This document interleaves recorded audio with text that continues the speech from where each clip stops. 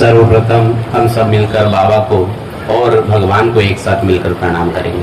भगवान बाबा हनुमान जी को प्रणाम।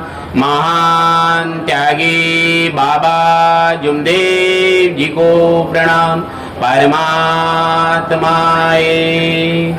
भगवत प्राप्ति के लिए निष्काम कर्म योग साधने के लिए परम पूज्य परमात्मा एक सेवक मंडल वर्धमान नगर नागपुर की ओर से बाबा के आदेश अनुसार आज एक भगवान का नववाहन कार्य आदरणीय हमारे सेवक दादा भटिंग जी इनके निवास स्थान पे समाप्त हुआ और उस उपलक्ष्य में भगवान की चर्चा बैठक यहाँ पे शुरुआत है।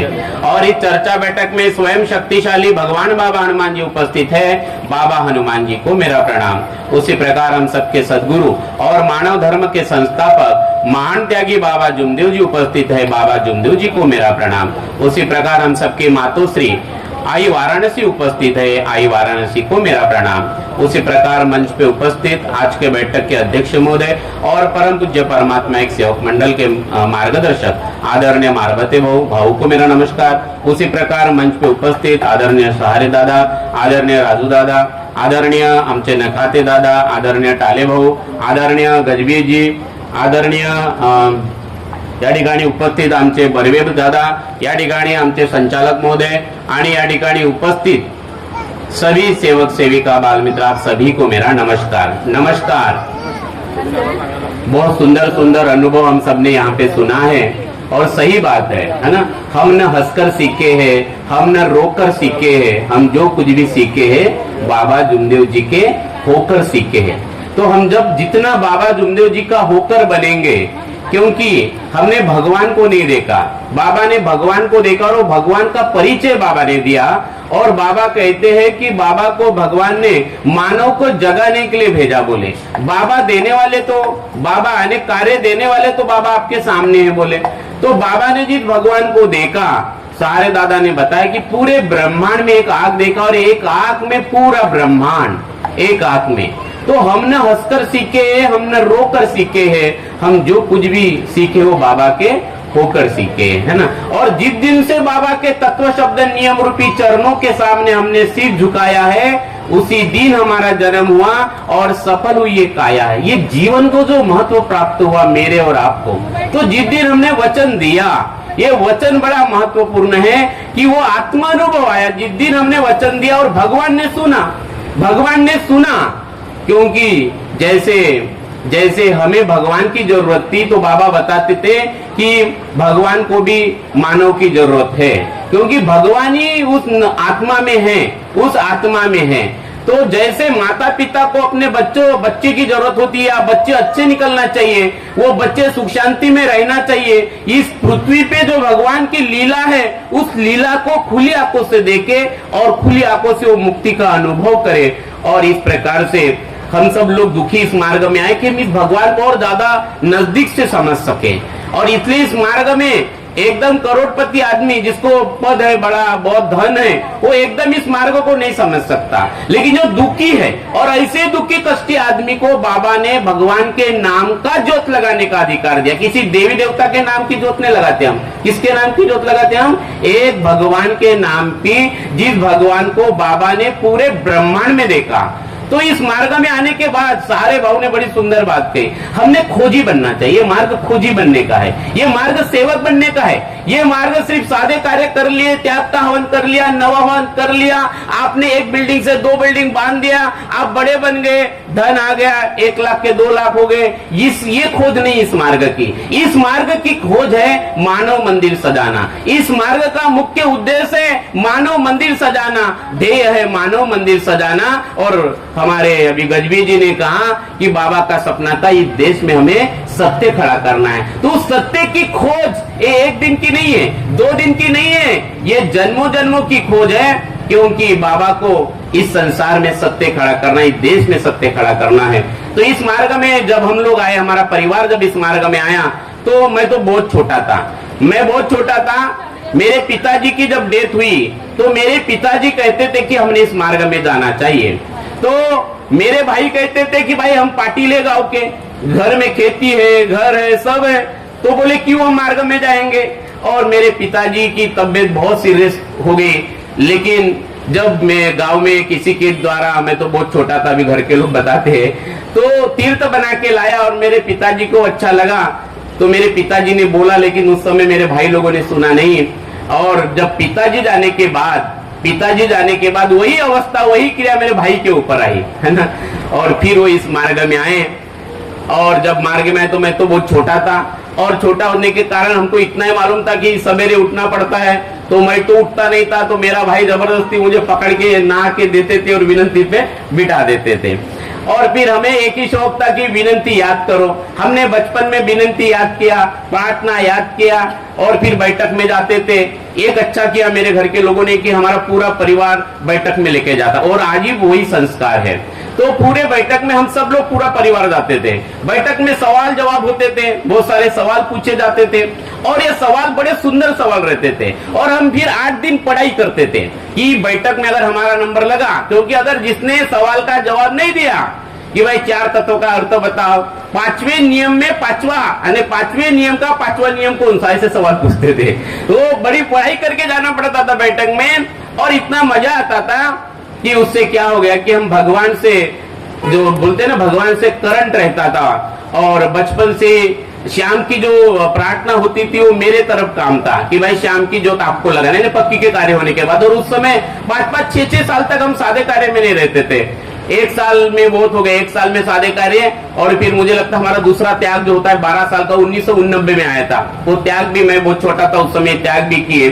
तो इस प्रकार से ये जो भगवत कृपा और पहला अनुभव जो मेरे जीवन में लिया जब मैं 7 साल का था, है ना, और इस मार्ग में आने के वजह से मुझे तो आनंद ही आनंद मिला। तो मेरा जो दृष्टिकोण रहा इस भगवान को समझना, ठीक है ना। और आज भी मैं कितना समझाऊं मुझे नहीं मालूम, मेरी आज भी खोज वही रहता है। और मैं जब सबके अनुभव सुनता हूं तो मैं और गदगद हो जाता हूं। मुझे ऐसा लगता है कि और ज्यादा हम परमात्मा के पास जा रहे हैं, क्योंकि ये मानव धर्म का जो परिचय बाबा ने दिया है बहुत ही सुंदर, कि आकार में विकार है बोले, और विकार नष्ट हो गए तो भगवान है। तो बाबा ने अपनी पूरी जिंदगी दाव पे लगा दिया इस एक शब्द के प्रति, हर नर नारी को जगाने के लिए। और बाबा कहते हैं कि हम हर नर नारी की आत्मा में परमात्मा की सेवा करते हैं, बराबर नहीं। तो इस मार्ग में आने के बाद आपको पूरी जिंदगी दाव पे नहीं लगाना है कि मैं मर जाऊंगा लेकिन 2 मकान बनाऊंगा, मैं 10 गाड़ी करूंगा, मेरा बैंक बैलेंस बढ़ाऊंगा। ये इस मार्ग का उद्देश्य नहीं है, बराबर नहीं। ये मार्ग का उद्देश्य ये नहीं है। इस मार्ग का मेन उद्देश्य जो है कि हम हमारे विकारों को कैसे नष्ट कर सकते हैं, और एक दिन का काम नहीं है। सारे भाव ने बताया कि मार्ग में आने के बाद भी किस प्रकार से मन को निर्मल करना कितना जरूरी है।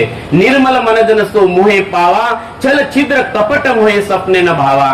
तो ये जो मैं है, जहाँ मैं है वहाँ हरि नहीं, और जहाँ हरि है वहाँ मैं नहीं। मैं का मतलब अहंकार। तो कितना एक लक्ष्य, एक चित्त, एक भगवान बनाना इस मार्ग में, इस मार्ग को समझना बहुत जरूरी है। चाहे वो सादे कार्य की बात हो, चाहे आपने नवहवन की हो, चाहे आप इस सत्संग में आए हो, इस बैठक में आए हो, तो ये गहराई का आत्मचिंतन का मार्ग है। आत्मचिंतन, इसलिए इस मार्ग के विनती की शुरुआत मैं से होती है, हमसे नहीं होती।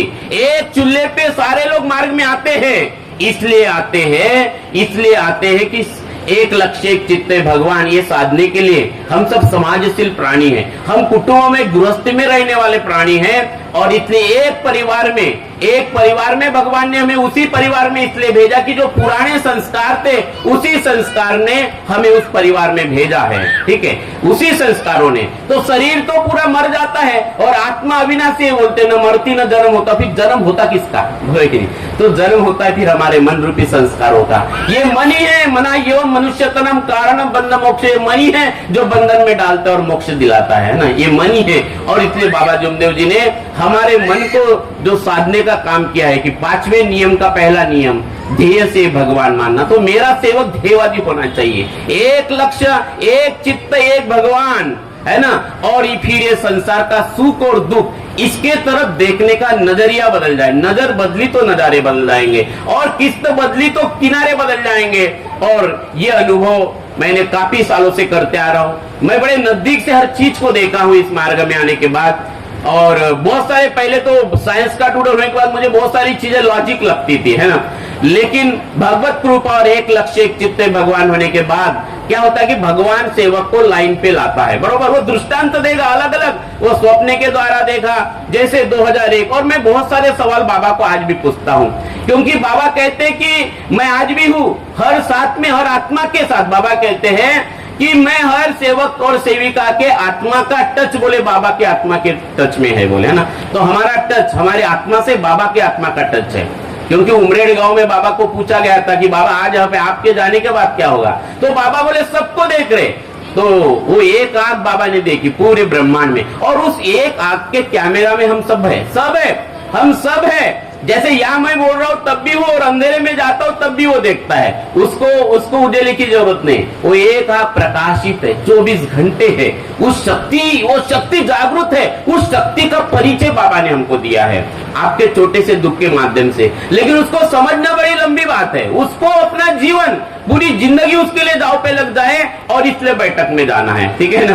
काम धंधे तो चलते रहे, खूब करे संसार का धंधा, निगुरा मत रहना। यहाँ नकादे दादा है, यहाँ काफी लोग है, टाले बहु है, इनको अच्छा भगवत कार्य की अच्छी क्या बोलते हैं, अच्छा इंटरेस्ट है। यहाँ पे हमारे राजू दादा है, ये तो मुझे हर प्रोग्राम में देखते हैं। जब भी मुझे भी कभी मौका मिले, मैं भी 12 घंटे में से कुछ समय अपने आप को देता हूँ। मैं चाहता हूँ कि मैं ज्यादा से ज्यादा समय में भगवान के साथ, अभी भगवान के साथ बिताना मतलब क्या है, तो हर कर्म भगवान को सामने रखकर करना है। बोलना है तो हंसी बो, खेली बो, धरी बो ध्यान, क्योंकि कर्म बंधन बड़े खतरनाक है।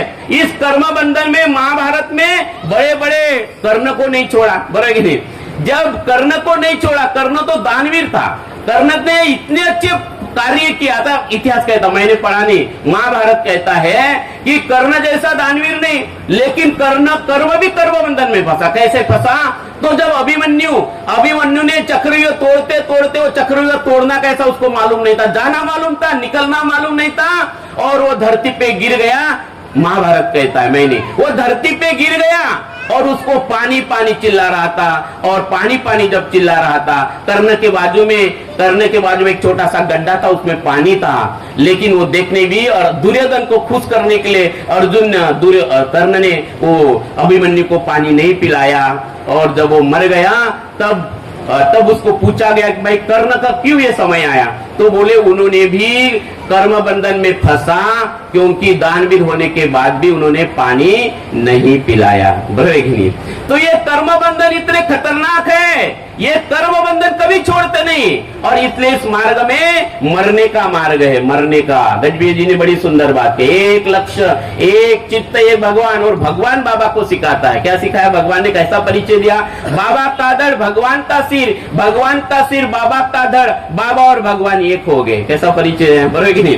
तो ये हम भगवान के सेवक है, तो ये शरीर भी भगवान का है, ये वाणी भगवान की है, ये दृष्टि भगवान की है, भगवान ही भगवान है, इसके सिवा कुछ नहीं है। लेकिन जहां अहंकार है तो फिर अहंकार है, वहां भगवान नहीं है ना, वहां भगवान नहीं है। इसलिए कर्म बंधन समझना बहुत जरूरी है। कई बार हमको ऐसा लगता है नहीं इनने बड़ी गलती किया, कई बार, क्योंकि भगवान नियत देखता है, हम सब जो आंखों से दिखता है वो हम कहते हैं। एक छोटा सा उदाहरण है, कर्म बंधन कितना इंपॉर्टेंट है समझना। ये कर्म भूमि और एक कर्म पूजा का मार्ग है ना। कर्म प्रधान विश्व करी राखा, जो जैसे करयु तसु फल चाका। और कर्म सिर्फ शरीर से नहीं होते, कर्म मन से भी होते हैं, बराबर कि नहीं। और शरीर पहुंचे न पहुंचे, लेकिन मन पूरी दुनिया घूम के आता है कि आप यहाँ बैठे हो, न जाने मन कहाँ गया होगा, बेटी की याद आई होगी, बहू की याद आई होगी, है ना, मेरा बच्चा क्या करता, तो मन तो ऐसे घूमता ही रहता है ना। ये जन्म जन्म भटकाते आ रहा है, और ये मन को मारने वाला मार्ग है। तो ये हम कर्म बंधन में कैसे फंसते, कई बार हमें समझना बहुत जरूरी है। एक चील आपने देखा होगा, वो एक गांव में एक महात्मा जी आते हैं, और वो महात्मा जी जब उस गांव में जाते हैं तो उसको भूख लगती है, तो रोड के किनारे में एक मकान रहता है, वो उस घर में जाते हैं, और उस जिस घर में वो जाते हैं उस घर की बाई की भी बड़ी इच्छा थी, ये महात्मा ने मेरे घर में भोजन करना चाहिए। योगा योग से वो महात्मा उस घर में जाते हैं, बाई को बड़ी खुशी होती है, वो महिला उस महात्मा जी को भोजन खिलाती है। और भोजन खत्म होने के बाद धूप काले के समय थे, तो धूप काले में ना गांव में आंबिल बनाते, मालूम है, तो ज्वारी के, वो आंबिल पीने की इच्छा हुई उसकी। महात्मा जी कहते कि हमें ज्वारी की आंबिल होना, उसके घर में वो आंबिल नहीं थी, तो वो रोड क्रॉस करके, बीच में रोड था, वो रोड क्रॉस करके बाजू वाली के घर में जाते। गाँव में ऐसा ये रहता है, गाँव में ना, तू माझ्या घरचं घे, मी तुझ्या घरचं घेतो, है कि नहीं, बड़ा मजा आता है गाँव में। यहाँ तो कोई कटोरी लेके इधर उधर नहीं जाता है, ठीक है।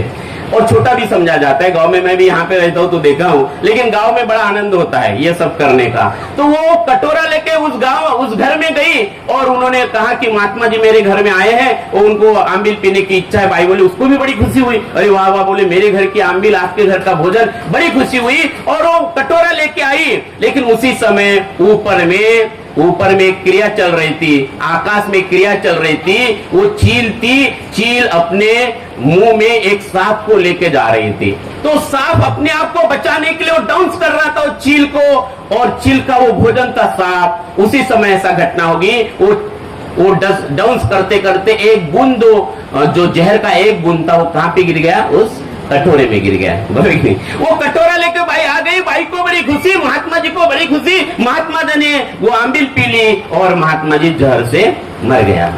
गांव के लोग क्या बोलेंगे? हम अभी बोले अरे महात्मा मर गए, पूरे गांव में चर्चा हुई, इसको लगा आंबिल से मरे कि मेरे भोजन से मरे, लेकिन पूरे गांव में निंदा चालू हो गई, कोर्ट में केस गई और उन्होंने उसको शिक्षा मिल गई। कहानी अलग ही थी, अभी कहानी अलग ही। ये भगवान के पास केस गया, भगवान के केस में दोषी कौन हुए? वो कोर्ट दोषी हुआ। दोषी कौन हुए भगवान के नजर में? जो गांव के जितने भी लोगों ने निंदा किया, पाप किया, वो सब लोग दोषी थे। वो बाई दोषी नहीं, ना वो सांप दोषी होना चाहिए, क्योंकि सांप के कारण बूंद गिरा हो, बराबर की न सांप दोषी था, सांप ने अपना कर्म किया, चील ने अपना, जो जिसको हम मराठी में घार बोलते, उसने अपना कर्म किया। दोषी कौन थे? कई बार हमें समझ में नहीं आता, कई बार हम निंदा कर लेते हैं, बराबर की परिवार में। इस मार्ग में निंदा भी नहीं जमती, इस मार्ग में काना फूकी नहीं जमती। कान फूकना, ये होता है कान फूकना, ये ओपन मार्ग है ना। बाबा हनुमान जी बोलो, कश्मीर हो या कन्याकुमारी, गोवा हो या गुवाहाटी, हर घर में हो बाबा हनुमान जी, है कि नहीं? फिर आंधी और तूफान सेवक न रोक पाए, जब बाबा जैसे सदगुरु सेवक को मिल गए, मरने के सब इरादे जीने के काम आए, जब ओटो पे बाबा हनुमान जी का नाम आए, है ना। ऐसा ये बाबा हनुमान जी का उस अपार शक्ति का, और तुरंत करंट है, तुरंत करंट है। तो हमने ऐसे बचपन से कई अनुभव देखे, जिन्होंने निंदा किया, यानी कान फूकना का मतलब मेरे हिसाब से निंदा करना होता है। कभी निंदा परिवार में नहीं करना है, सेवकों के बीच में नहीं करना है, और इस माइक में भी हमें भगवान के गुणगान गाना है ना। भगवान, क्योंकि यहाँ पे बाबा हनुमान जी साक्षात उपस्थित है, ये बड़ी भाग्य की बात है। आत्मा जगाना चाहिए। सारे भाव ने बड़ी सुंदर बात कही है। बाबा जुमदेव जी कहते हैं कि हमारे नर नारी की आत्मा में परमात्मा की सेवा करते हैं। कितनी बड़ी सुंदर बात है ये। बहुत ऐसा वाक्य संसार में कहीं नहीं लिखा होगा, है ना, कहीं लिखा नहीं होगा है कि बाबा कहते कि हम हर नर नारी की आत्मा में, और आत्मा अजरामर है, तो आज भी बाबा हमारी आत्मा में हमारी सेवा करते हैं। वो करण देते हैं जब गलत हुआ, क्योंकि उसकी इच्छा है कि हम सबको मुक्ति मिलना चाहिए। बाबा जुमदेव जी कहते हैं कि हम मुक्ति के अधिकारी, बोले हम भोग के अधिकारी नहीं है। तो हमें बार बार समझना है। और जैसे अब से कई प्रसंग आते हैं जीवन में जब भी कोई ऐसे प्रसंग आते हैं आपके जीवन में, हमें एक लक्ष्य, एक चित्ते भगवान, और सुख सपना दुख बुलबुला दोनों है मेहमान, दोनों को बीतन दीजिए स्वयं को पहचान। क्योंकि जीवन में जितना ज्यादा संघर्ष होगा, आपका विजय भी उतना ही सुंदर होगा। बाबा ने अंतिम समय तक टावरी के दवाखाने तक, है ना, अभी 3 अप्रैल को हम जन्मदिन मनाने वाले बाबा का, लेकिन बाबा ने जिसने भगवान को देखा, उनके भी जीवन में बड़ा संघर्ष रहा, है ना, बड़ा संघर्ष रहा। लेकिन बाबा का एक ही उद्देश्य मानव मंदिर सजाना, है ना। जैसे भवन बांधा, सोपता भवन में बाबा की चर्चा बैठक होती थी। बाबा को लगा कि मेरे सेवक रास्ते पे बैठते हैं तो गरीबों का महल, लेकिन बाबा ने हाथ नहीं फैलाए। बाबा कहते थे जहाँ भगवान है वहां धन दौड़ेगा, बोले पद दौड़ेगा, सम्मान दौड़ेगा, सब कुछ दौड़ेगा, बोले। लेकिन बाबा ने कभी दान पेटी नहीं बांधी उस समय। भवन में 8 दान पेटी, बाबा जाने के बाद वो दान पेटी बनी। बाबा जब तक थे तब दान पेटी नहीं, सादे कार्य के सेवक से वो कभी 1 रुपया नहीं लेते थे। इतना त्याग, इसलिए बाबा को बोलते महान त्यागी। और जब वो भवन बना और किसी मारवाड़ी ने बोला कि बाप रे, बोले इतना बड़ा भवन, कौन है? बोले बाबा, और बाबा वही बैठे हैं, क्योंकि बाबा तो सादी धोती और सादा कुर्ता, सफेद वाला कुर्ता पहनते थे, एक सादी सी टोपी पहनते थे। कौन बाबा बोलेगा, है ना, बाबा को कौन बाबा बोलेगा? तो बोले कौन बाबा? तो बाबा कहते हैं कि ये गरीबों का महल, बोले बराबर, गरीबों का महल बाबा ने परम पूज्य परमात्मा एक सेवक मंडल के माध्यम से वास्तु बनाई है। फिर उसके पहले बाबा ने बैंक बनाई है, ग्राहक भंडार बनाए। एक ही उद्देश्य बाबा का, मानव मंदिर सजाना, मानव मंदिर सजाना। तो ये बहुत ही अद्भुत मार्ग, और ऐसे महापुरुष महान त्यागी बाबा जुमदेव जी अपार शक्ति का मैं कहता हूं कि जिनका जन्म हुआ 3 अप्रैल 1921, अभी आने वाले 3 अप्रैल को बड़े धूमधाम से हम बाबा का जन्मदिन मनाने जा रहे हैं। तो बाबा का जन्मदिन नाचने में नहीं, बाबा का जन्मदिन आत्मचिंतन करने में है, क्योंकि बाबा की आत्मा का टच हर नर नारी की आत्मा से है। जन्मदिन के दिन ये हमें याद करना है कि बाबा का अगर जन्म नहीं होता तो हम कहाँ होते, बरोबर कि नहीं?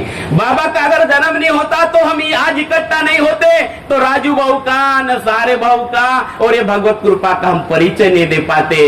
बाबा ने की साधना, बाबा ने किया त्याग, बाबा ने क्या निष्काम कर्मयोग, बाबा ने अपना आत्मबल बढ़ाया, और आज वो आत्मबल कितने लोगों के काम आ रहा है। ये बड़े भाग्य की बात है। उन बाबा को हम सब मिलकर कोटि कोटि प्रणाम करते हैं कि बाबा ये बड़ी भाग्य की बात है कि आप हमारे जीवन में आए हैं, बराबर कि नहीं? बाबा आज हमारे जीवन में आए हैं, और मातोश्री अगर उन्हें नहीं मिलती, मातोश्री का सहभाग नहीं होता, स्त्री की कितनी ताकत। इसलिए तो बाबा कहते आई जाने के बाद शक्ति चली गई बोले और व्यक्ति रह गया बोले ना।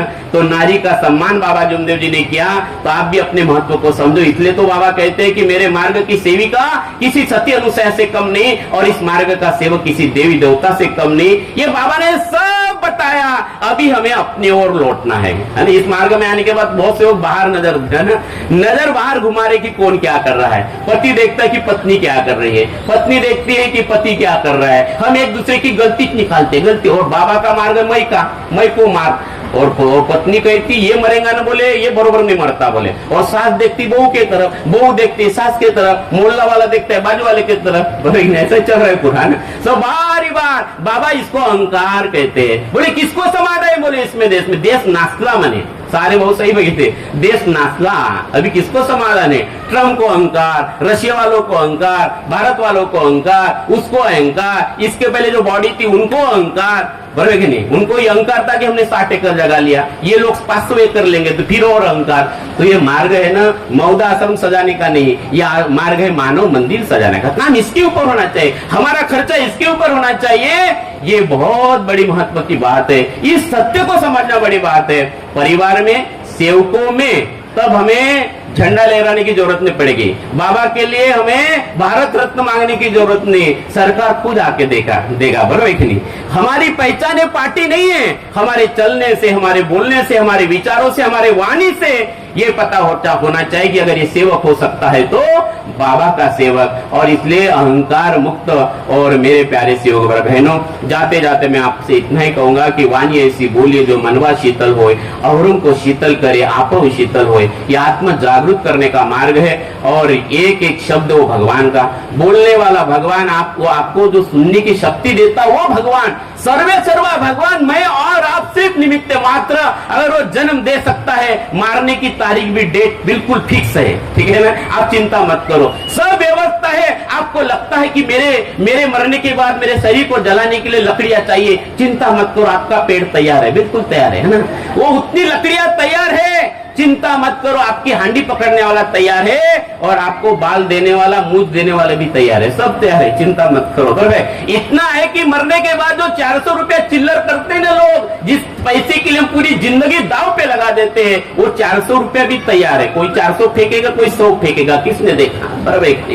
सब तैयार है। लेकिन बाबा ने जो पहले दिन वचन बताया, मरे अजय भगवत नाम पर, जो संसार मरने के बाद बताता है राम नाम सत्य है, किसने देखा मरने के बाद सत्य? बाबा ने उस सत्य की पहचान जिस दिन हमने बाबा को वचन दिया, उसी दिन उस सत्य की वचन हमें परिचय करके दिया, ताकि मरते समय भी याद रहे मरे या जिए भगवत नाम पर। फिर किसी को मुक्ति मांगने की जरूरत नहीं। ऐसा ये जीते जी मुक्ति का मार्ग है। ये बड़ी भाग्य की बात है। बस रंग में रंगना चाहिए, ये रंग में रंगना चाहिए। पीएचडी करो, आप अपने बच्चों को भी बताओ, पीएचडी करना है तो सत्य में प्रेम में करो, डिग्री करे ना करे, बराबर कि नहीं? हमें वेद पुराण से क्या, हमें सत्य में प्रेम का पाठ पढ़ा दे कोई, अरे हमें मंदिर मस्जिद जाना नहीं, हमें सत्य में प्रेम के रंग में रंगा दे कोई। यह ऐसा अद्भुत मार्ग है, अद्भुत मार्ग है, अद्भुत महान 3 कदम है। बाबा जुमदेव जी इस कदम की तुलना करते थे जो बड़ी राजा ने जो 3 कदम दिए थे ना, 3 कदम वामन अवतार लिया भगवान ने, वामन अवतार लिया और उसको 3 अहंकार हुआ था और भगवान ने उसको 3 कदम जगह मांगा और 3 कदम कोई नहीं थे, सत्यमादा प्रेम, और बाबा ने वहां पे देना पड़ा, उसको मिटना पड़ा। और धोप गांव ने बाबा, धोप गांव में बाबा इस सत्यमादा प्रेम के लिए रो रहे हैं, बरोबर कि नहीं? तो बाबा कहते कि मैं नहीं रो रहा हूं, भगवान रो रहा हूं। पूरे युगों युगों में पहली बार ऐसी घटना घटित हुई कि भगवान रो रहा है। काय के लिए? सत्यमेदा प्रेम के लिए। आप समझो कि आप किसके छत्र छाया में बैठे हो, एक एक सेकंड उसके साथ बिताओ, हंसी बो, खेली बो, धरी बो ध्यान, अहरनिश कति बो आत्मज्ञान। और बाबा का ये विश्वास था कि जैसे शराबी को शराब में मजा आता है, आता है कि नहीं? जो कहीं भी जाता है शादी में तो शराब का अड्डा, वैसे ही आप बैठक में जाओ, हवन में जाओ, नशा लगा दो जैसे शराबी को शराब की नशा होती है। अरे बोतल पर बोतल पीने से क्या फायदा, रात को पीली सवेरे उतर जाएंगे। अरे तू मेरे बाबा ने दिए तत्व शब्द नियम की हरी रस की प्यालियां पी ले तो तेरी सारी जिंदगी सुधर जाएगी, सुधर जाएगी। ऐसा है माय खाने का रस है। इतना ही बोलकर मैं अपने वाणी को विराम देता हूं। धन्यवाद, नमस्कार।